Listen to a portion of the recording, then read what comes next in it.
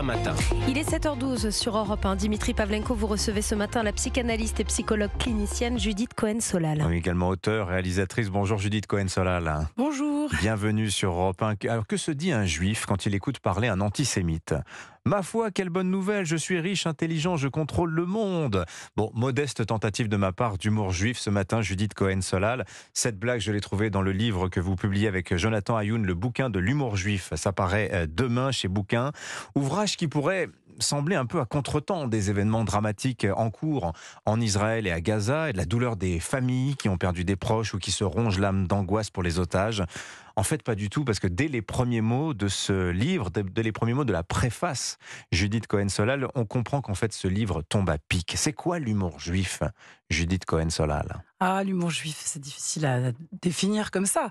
Mais en tout cas... c'est prendre le parti d'en rire quand tout va mal, fait un peu. Voilà, Romain Gary disait que c'était la supériorité de l'homme sur ce qui lui arrive. Peut-être que ça, c'est pas mal. C'est joliment dit. La capacité d'avoir de l'humanité, de faire un pas de côté et d'arriver justement à ne pas se laisser saisir, sidérer par les événements, fussent-ils aussi tragiques que ceux qui se passent en ce moment. Et est-ce qu'on rit en ce moment quand on est juif, Judith Cohen-Solal, quand on voit qu'un groupe de jeunes chante « Nique les juifs à tue-tête dans le métro », quand on a vu les horreurs du Hamas il y a 3 semaines, on trouve ce recul, ce détachement, cette capacité à en rire ?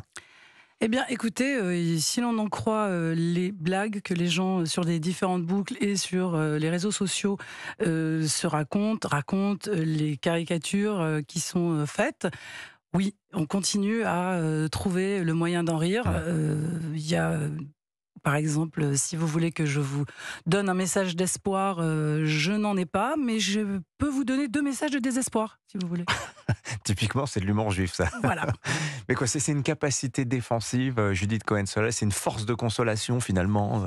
Alors peut-être qu'au-delà même de la consolation, c'est une manière de prendre le dessus, de reprendre en main la possibilité de dénoncer les événements et de ne pas en être uniquement la victime, de ne pas être uniquement terrassé et d'en être le sujet. On reprend la parole et on dit quelque chose qui nous permet de prendre de la distance. C'est quand même très important parce que sinon on est juste dans l'angoisse, dans la peur.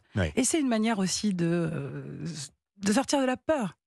La blague par laquelle je vous ai accueilli, Judith Cohen-Solal, alors je l'ai pioché dans le livre, la frontière, on s'en rend compte, entre l'humour juif et la blague antisémite, parfois est extrêmement floue. Et quand on vous voyez aujourd'hui ces bouffées d'antisémitisme qui saisissent une partie de la société française, on se dit que finalement, des fois, c'est un peu risqué, ça peut tomber à côté. Alors, il peut y avoir confusion. Mais il faut faire attention avec qui on rit, il faut faire attention quelle est l'intention, en fait. Qu'est-ce qu'un antisémite ? C'est quelqu'un qui n'aime pas les juifs plus qu'il ne faut. Vous voyez, par exemple, c'est une manière aussi d'intégrer une réalité. L'antisémitisme existe, il est là, il est parfois latent chez certains. Il y a des périodes où les gens pensent qu'ils sont autorisés à exprimer ce qui est latent, mais on ne devient pas antisémite comme ça du jour au lendemain. Donc il y a une manière de se dire, bon, ben, ça a eu lieu, on peut quand même survivre, on veut survivre, et on va y arriver. Donc c'est ça l'humour. Comment ça va en un mot, ça va, en 2 mots, ça va pas. Judith Cohen-Solal, on observe aussi que la guerre de Gaza, plus encore que la guerre en Ukraine, mais il y avait déjà eu un peu ce phénomène, approfondit ce que Dominique Moïsi appelle le divorce émotionnel du monde.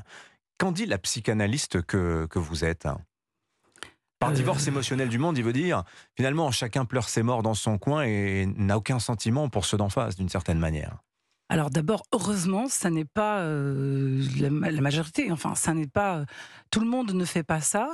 Justement, puisqu'on dit qu'on retrouve de l'humanité, une manière de rire, c'est une manière aussi comme c'est une manière de prendre un pas de côté, c'est une manière donc de prendre de la hauteur. Donc on ne regarde pas, justement, c'est sortir de l'entre-soi, c'est sortir de la position victimaire absolue. C'est ça aussi l'humour juif, c'est pouvoir se dire ça va aller, et en tout cas, on ne peut pas s'enfermer, s'enferrer dans la position des victimes. À partir du moment où vous faites ce pas de côté, vous prenez de la hauteur, et vous voyez une situation dans son ensemble, et vous voyez bien qu'elle est beaucoup plus complexe, et il est vrai qu'il n'y a rien qui énerve plus quelqu'un que de sentir que l'autre est entièrement centré sur lui-même. Donc je crois que justement c'est à ce moment-là la capacité de reprendre une vision un peu plus générale et de ne pas juste remuer des choses qui sont, il est vrai, terribles. Vous avez co-réalisé avec Jonathan Ayoun, qui est aussi votre co-auteur pour ce Alors c'est mon co-auteur, mais moi je ne suis pas réalisatrice, donc il est le réalisateur, mais nous sommes les co-auteurs.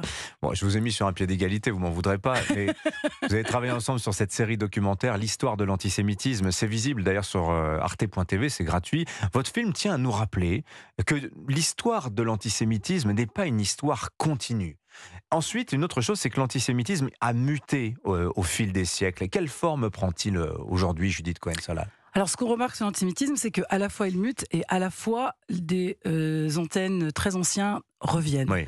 Donc, on parle. Mais il y a des marées hautes et des marées basses. Hein. Exactement. Il y a des moments. Il y a des situations où, j'ai envie de dire, on a besoin d'un bouc émissaire. Alors, il se trouve que le juif en a déjà essayé, on connaît déjà, on a peut-être déjà entendu des préjugés, des stéréotypes qu'on ne pense pas du tout antisémites, mais qui, par le fait d'essentialiser une population, finalement le sont. Quand on dit que tous les juifs sont riches, ou que tous les juifs sont...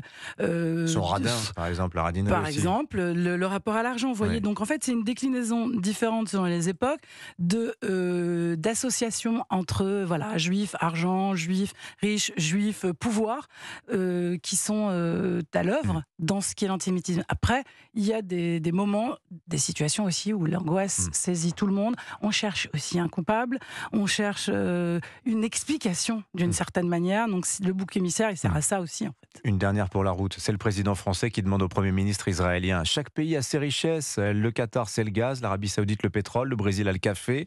Et Israël, réponse, les tracas. Merci à vous. C'est aussi dans votre livre. Oui, bien sûr. Voilà, le bouquin de l'humour juif. Merci beaucoup.